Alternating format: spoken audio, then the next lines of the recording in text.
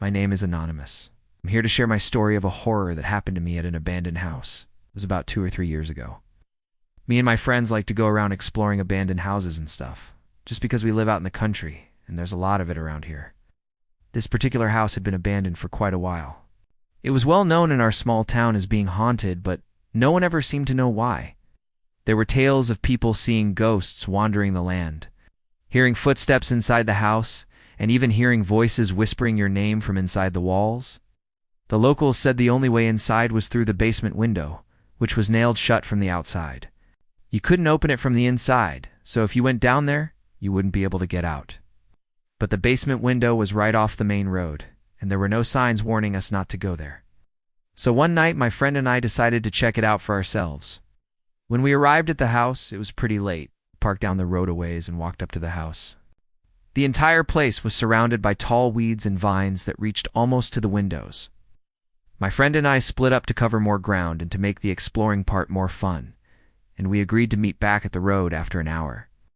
As I was walking around, I noticed that all of the windows had been boarded up except for the basement. And as expected, it looked like someone had tried to pry it open from the inside but failed. As I got closer, I heard what sounded like footsteps in the basement. I started to feel a bit uneasy, but I brushed it off, thinking it was probably just some raccoons or something. As I continued to walk around the house, I noticed this weird indent in the mortar between 2 bricks near the front door. And when I went to investigate, I realized it was a keyhole. I figured maybe the legend of the house was true, and there was another entrance somewhere hidden on the side of the house. So I started looking around to see if I could find it. That's when I heard it again, footsteps in the basement. They sounded heavy and slow, like someone was slowly descending the stairs. I froze, listening intently. Then I heard a loud creak in the floorboards above me. I ran over and looked up to see the floorboard in the basement directly below. Where I was standing had completely broken. I don't want to scare anyone, but I genuinely felt fear at this point. I called out to my friend, but he didn't answer. He was probably laughing at me for being scared, thinking it was probably just some squirrels or something. So I decided to go into the basement to prove to myself that it really was nothing. I found a loose board near the broken one and pried it up slightly.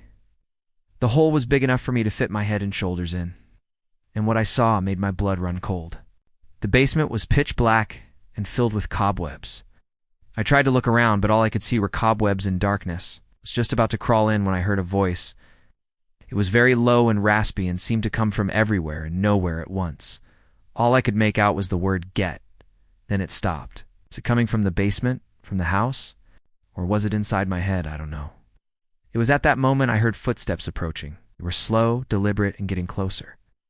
I don't want to sound like a coward, but I ran away as fast as I could. I ran down the road until I could see my house in the distance, until I could hear my own breathing. Once I got home, I told my parents what had happened, but they just laughed and said it was probably just my imagination. The next day, though, I went back to the house with my dad to prove to him that I was making it up. But when we got there, we found that the basement window was now nailed shut from the outside. When I pointed this out to my dad, he just shrugged and said, "No wonder you were hearing things last night." But I told him that it was boarded up when I explored it the night before. He said that it wasn't. He must have been lying. After that, we never went back to that house. Now, every time I drive past it, I couldn't help but wonder who was in that basement and what secrets that old house is hiding.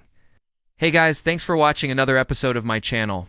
If you enjoyed this story, please hit that thumbs up button and subscribe if you haven't already. Also, if you have a story you'd like to share, we're always looking for new stories for future episodes. So go ahead and send us a message and tell us your story. We might feature it on our community page or even make an episode out of it. So go ahead and send us a message. Anyways, thanks for watching, and I'll see you guys next time.